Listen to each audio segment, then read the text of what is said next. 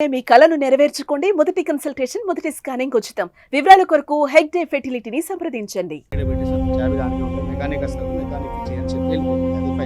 తాళం వేసేసి వెళ్ళిన శృతి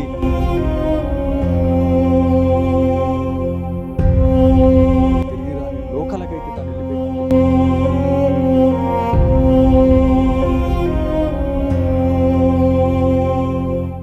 నమస్తే, వెల్కమ్ టు సుమన్ టీవీ. కామారెడ్డిలోని బీబీపేట్కి అయితే రావడం జరిగింది. బీబీపేట్ పోలీస్ స్టేషన్కి వెళ్ళినాము. దాంతోపాటు శృతి ఇక్కడ దాదాపు 3.5 సంవత్సరాలుగా ఇక్కడే నివాసం ఉంటుందని చెప్పేసి మనకు తెలిసింది. సో ఇక్కడికి వచ్చిన తర్వాత ఓనర్స్తో మనం మాట్లాడినాం. ఓనర్స్ అయితే చాలా మంచి రెస్పాన్స్ అయితే ఇచ్చారు. అంటే శృతి ఎలా ఉండేది అనే దానిపైన అయితే పూర్తి క్లారిటీ అయితే ఇచ్చారు. సో ఇక్కడికి వచ్చిన తర్వాత దాదాపు అంటే ఈ ఇంటిని చూసిన తర్వాత అయితే చాలా బాధేసింది నాకైతే.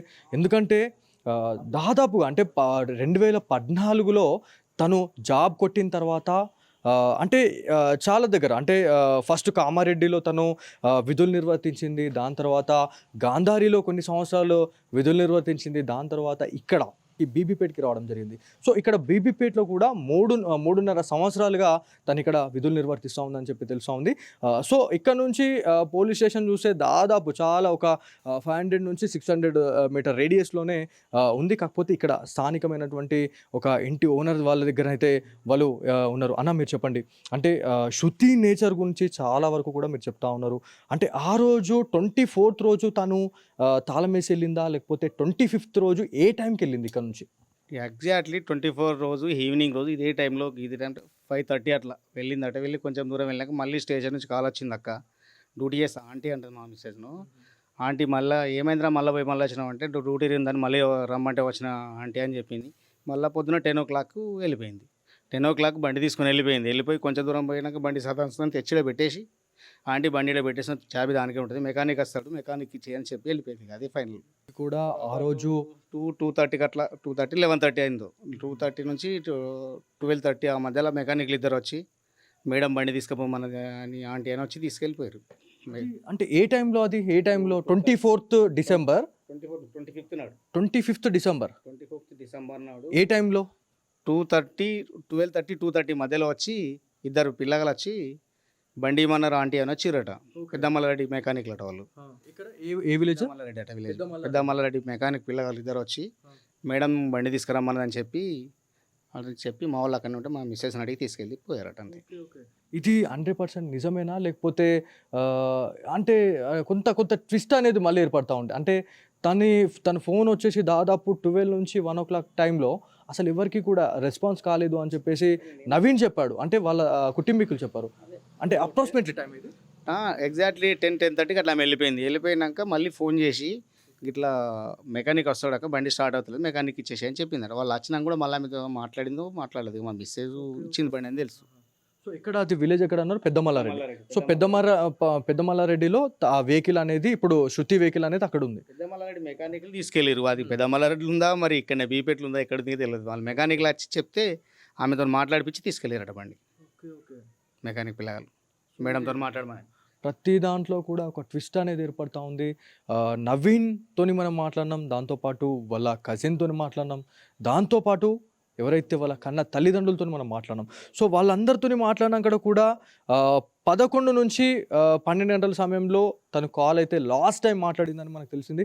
కాకపోతే 10 గంటల సమయం నుంచి అసలు ఫోన్ అనేది రీచ్ కాలేదు అనేది మనకు తెలుస్తూ ఉంది. కాకపోతే అదే టైంలో ఎవరైతే పెద్దమల్లారెడ్డికి సంబంధించిన ఇద్దరు మెకానిక్లు వచ్చి తన వెహికల్ని అయితే తీసుకొని వెళ్ళారు. రిపేర్ ఉంది అని చెప్పేసి ఓనర్స్ ఎవరైతే ఉన్నారో ఓనర్స్కి చెప్పిన తర్వాత వాళ్ళు సరే అని చెప్పేసి ఇచ్చేసారు అని చెప్పి తెలుస్తూ ఉంది. సో ఇది ఫైనల్గా శృతికి సంబంధించిన 3.5 సంవత్సరాలు కూడా తను ఇక్కడే నివాసం ఉంటుంది అని చెప్పి తెలుస్తూ ఉంది. తాళం వేసేసి వెళ్ళిన శృతి తిరిగి రాని లోకాలకైతే తను వెళ్ళిపోయింది అని చెప్పి తెలుస్తూ ఉంది. సో ఇక్కడ దాదాపు ముగ్గురు ఇక్కడ రెంటర్స్ అయితే ఉంటారు. సో ఇక్కడ తులసి మొక్క కూడా ఒకటి కనిపిస్తూ ఉంది. ఆమె మార్నింగ్ లేగానే అంటే పూజాది కార్యక్రమాలు చేయడం కావచ్చు, అట్లాంటి ప్రతిదీ కూడా తను ఇక్కడ చేసేది మనం ప్రతిదీ చూస్తున్నాం. కాకపోతే ఇక్కడ ఇవాళ తను లేదు అనే వార్తనైతే ఇక్కడ స్థానిక ప్రజలు కావచ్చు, ఎందుకంటే మనము పోలీస్ స్టేషన్లో కొంతమందితో మాట్లాడే టైంలో కూడా శృతి నేచర్ గురించి చాలామంది చెప్పారు. శృతి కోసమే మీరు వచ్చారా, శృతి చాలా మంచి కానిస్టేబుల్ అని చెప్పేసి కూడా చాలామంది చెప్పడం జరిగింది. At the same time owners అదే చెప్తా ఉన్నారు, ఎక్కడ ఎవరిని అడిగినా కూడా వాళ్ళు అదే చెప్తా ఉన్నారు. కాకపోతే మిస్అండర్స్టాండింగ్ ఎక్కడ జరిగిందనేది మాత్రం ఖచ్చితంగా తేలాల్సింది. అసలు ఏం జరిగిందనే దానిపైన పోలీస్ అధికారులు ఆ రోజు అంటే 12 గంటల నుంచి 7 గంటల ప్రాంతంలో అసలు ఏం జరిగిందనే దానిపైన పోలీస్ అధికారులు ఒక ప్రాపర్ ఇన్వెస్టిగేషన్లో భాగంగా వాళ్ళు దర్యాప్తు చేస్తేనే ఏమైనా నిజాలు అనేది బయటపడే అవకాశం ఉంటుంది అనేది మనకు తెలుస్తూ ఉంది. సో ఫైనల్గా ఇక్కడికైతే మనం వచ్చినాం. ఇక్కడికి వచ్చిన తర్వాతనైతే చాలా బాధ అనిపిస్తూ ఉంది. ప్రతిదీ కూడా ఇక్కడ తను ఒక ప్లాన్ చేసుకొని మరి ఒక ఆల్రెడీ డివర్స్ అయింది, పెళ్ళైన తర్వాత డివర్స్ అయిన తర్వాతనే తనకి చాలా వరకు కూడా ఒడిదుడుగులు వచ్చినా కూడా అన్ని తట్టుకున్న తర్వాత ఇట్లాంటి ఇన్సిడెంట్ జరగడం అనేది చాలా బాధాకరం అని చెప్పుకోవాలా. వాళ్ళ తమ్ముడు, దాని తర్వాత వాళ్ళ తన చెల్లెకి కూడా వెరీ రీసెంట్లీ మ్యారేజ్ అయిందని చెప్పి తెలుస్తూ ఉంది.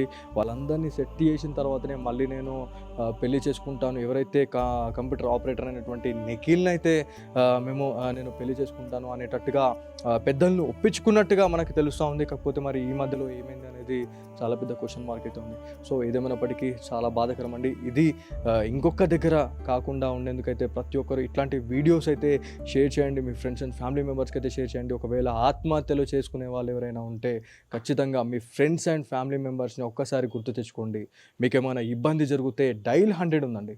సో ఆ టైంలో ఆత్మహత్య చేసుకునే టైమా, లేకపోతే హత్య జరిగే టైంలో ఒకవేళ మొబైల్ ఉంటే డైల్ 100కి కాల్ చేసినా కూడా అక్కడ ఫ్రాక్షన్ ఆఫ్ మినిట్స్లో పోలీస్ అధికారులు వచ్చేవాళ్ళు, ఖచ్చితంగా వాళ్ళని రెస్క్యూ చేసేవాళ్ళు. కాకపోతే పోలీసు వ్యవస్థలో ఉన్న ఎవరైతే బిక్నూర్ ఎస్ఐ అయినటువంటి సాయి కుమార్, దాంతోపాటు కానిస్టేబుల్ శృతి, మరి వీళ్ళిద్దరికీ ఎందుకు డయల్ 100 పైన ధ్యాస రాలేదు అనేది చాలా పెద్ద క్వశ్చన్ మార్క్ ఉంది. ఎవరికైనా ఆపద వస్తే డయల్ 100 ఉందని చెప్పేసి మనం అనుకుంటాం. కాకపోతే అదే వ్యవస్థలో ఉండి వాళ్ళ డయల్ 100కి కాల్ చేయకపోవడం అనేది చాలా వరకు కూడా అసలు ఒక డైలమాని క్రియేట్ చేస్తూ ఉంది అని చెప్పేసి మనకు తెలుస్తూ ఉంది. సో ఫైనల్గా మనం ఇక్కడికి వచ్చినాం. సో ఇది ఇక్కడ ఉన్న తాజా పరిస్థితి. కెమెరా పర్సన్ కార్తిక్తో బాలు, సుమన్ టీవీ, బీబీపేట నుంచి.